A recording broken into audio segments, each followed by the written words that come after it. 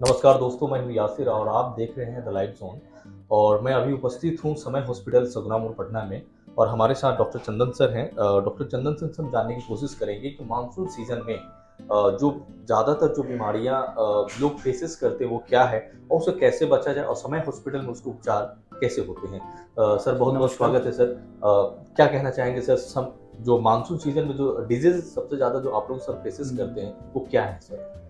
ये मानसून नमस्कार, सबसे पहले नमस्कार, मेरा नाम डॉक्टर चंदन कुमार है जी। और मैं सगना मोड़ पे समय हॉस्पिटल में एज़ ए कंसल्टेंट नेफ्रोलॉजिस्ट हूँ। जी। अब इस मौसम में मानसून के मौसम में जो सबसे कॉमन बीमारी होती है, वो होती है इन्फेक्शियस डिजीज़ की। जैसे कि आप ये सुन रहे होंगे पटना के अंदर डेंगू का एक एपिडेमिक की तरह चल रहा है। डेंगू हो गया, मलेरिया हो गया, जो मॉस्किटो बॉर्न डिजीज़ हैं। इसके अलावा फूड पॉइज़निंग, पानी में जो अगर कुछ मिलावट हो जाए तो उसकी वजह से एजी जो होता है एक्यूट गैस्ट्रोएंटेराइटिस, उसकी वजह से पेशेंट की किडनी पे असर पड़ता है। ओके। इवन डेंगू जो फीवर होता है, dengue soft syndrome, haemorrhagic fever, तो पेशेंट जब इसमें क्रिटिकल होते हैं तो उनका एकेआई होता है, रीनल इन्वॉल्वमेंट होता है और पेशेंट को कभी कभी डायलिसिस की भी जरूरत पड़ जाती है। ओके। और इस तरह के पेशेंट अभी हाल के 15-20 दिन में काफ़ी ज़्यादा हमें मिल रहे हैं यहाँ पे। तो सर इससे सर, कैसे बचा जाए? घरेलू उपचार की बात करें या फिर आपके हॉस्पिटल में किस तरीके से ट्रीटमेंट दिया जा रहा है लोगों को? ये सारे डेंगू और मलेरिया जो है इन्फेक्शियस डिजीज़ है, इनसे बचने के लिए सबसे पहले वेक्टर बॉर्न डिजीज़ है, मॉस्किटो की वजह से हो रहा है, तो हमें ठीक है। मॉस्किटो नेट यूज़ करना है। डेंगू का जो मच्छर होता है, वो दिन में होता है, तो उसके लिए ज़रूरी है कि हम फुल स्लीव्स कपड़े पहने, जो हमारे हाथ को ढक के रखे, पैर को ढक के रखे। और अगर हम बॉडी पार्ट एक्सपोज़ है, दिन में बैठ के टेबल चेयर पे भी काम कर रहे हैं, तो हो सकता है कि दिन में भी मच्छर काटने की वजह से हो सकता है। जनरली मॉस्किटो नेट क्या होता है, हम रात में लगाते हैं, रात को यूज़ करते हैं। Correct, correct. लेकिन ये जो डेंगू का मॉस्किटो होता है, वो साफ पानी में होता है, जैसे कि कूलर के अंदर जो पानी भरा हुआ है, जो जमा पानी पानी है ओके, उसमें ओके, होता है और वो घर के अंदर ही होता है। ओके। पॉट जो गार्डन में पॉट है, उसके ऊपर अगर पानी किसी में खाली पॉट में जमा है, तो उससे बचना होगा और उसका प्रिवेंशन सर ही। इनिशियल स्टेज पे मतलब घरेलू उपचार अपने यहाँ बोलते हैं कि कैसे बचे उससे ज़्यादा मतलब अगर केसेस बिगड़ते हैं तो हॉस्पिटल आते हैं। इनिशियल स्टेज पे पेरेंट्स अपने बच्चों को या फिर अपने आप को सेल्फ कैसे प्रोटेक्ट करें?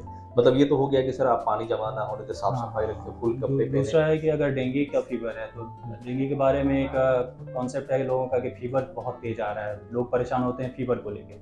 ठीक है। और डेंगू एक ऐसी बीमारी है जिसमें फीवर जब ब्रेक कर जाता है, 5 से 7 दिन का जनरली फीवर होता है, कोर्स होता है, हुँ, हुँ। और उसके बाद हमारा प्लेटलेट गिरना फॉल करना शुरू करता है। ओके।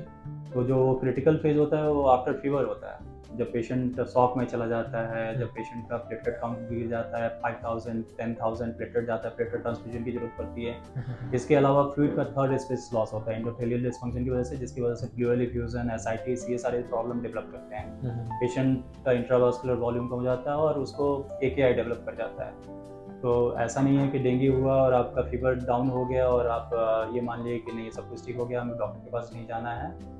प्लेटलेट का जो ऑब्जर्वेशन करना होता है, प्लेटलेट काउंट देखना होता है, हेमाटोक्रिट देखना होता है, पीसीबी, सीबीसी का रेगुलर चेक, इवन फीवर उतरने के 24 घंटे 48 घंटे के बाद भी करके देखना होगा। ये KFT, LFT, even transaminitis, liver enzyme का बढ़ना, जॉन्डिस होना, ये सब भी डेंगू में काफ़ी कॉमन है।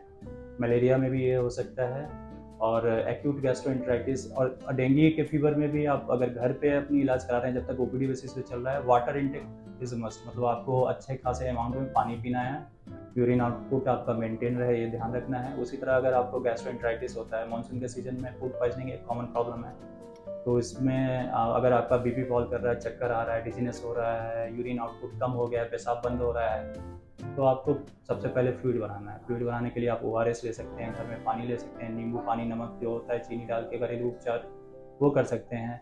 ब्लड प्रेशर अगर मेज़र करने का, आजकल तो ऑटोमेटेड मशीन है, घर पे आप मेज़र कर सकते बिल्कुल। हैं। उसमें अगर आपको लग रहा है कि पल्स प्रेशर बोलते हैं सिस्टोलिक और डायस्टोलिक प्रेशर का जो डिफरेंस है, वो अगर कम होना शुरू हो रहा है, जनरली 120, 80, 40 मिलीमीटर का डिफरेंस होता है, अगर वो कम हो रहा है हुँ, हुँ। या बीपी फॉल करना शुरू हो रहा है, हुँ, नीचे जा रहा है, 100 के नीचे चला गया, हुँ, हुँ। तो आप ज़रूर डॉक्टर से कंसल्ट करें, घरेलू उपचार ना करें, क्योंकि उसमें फिर स्पेशल ट्रीटमेंट की ज़रूरत होगी। सर इस ड्यूरेशन में क्या खाना चाहिए?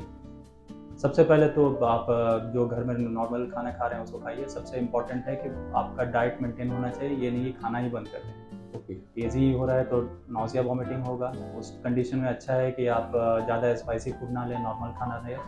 और सबसे डायरिया अगर हो रहा है तो सॉल्ट की कमी होगी बॉडी में। इसमें नारियल पानी जो होता है, डाब जिसको बोलते हैं, उसमें पोटेशियम रिच होता है, केला जो होता है पोटेशियम रिच होता है, तो अगर ले रहे हैं तो इलेक्ट्रोलाइट्स आपका मेंटेन रहेगा। सर इससे वायरल इन्फेक्शन भी होता है?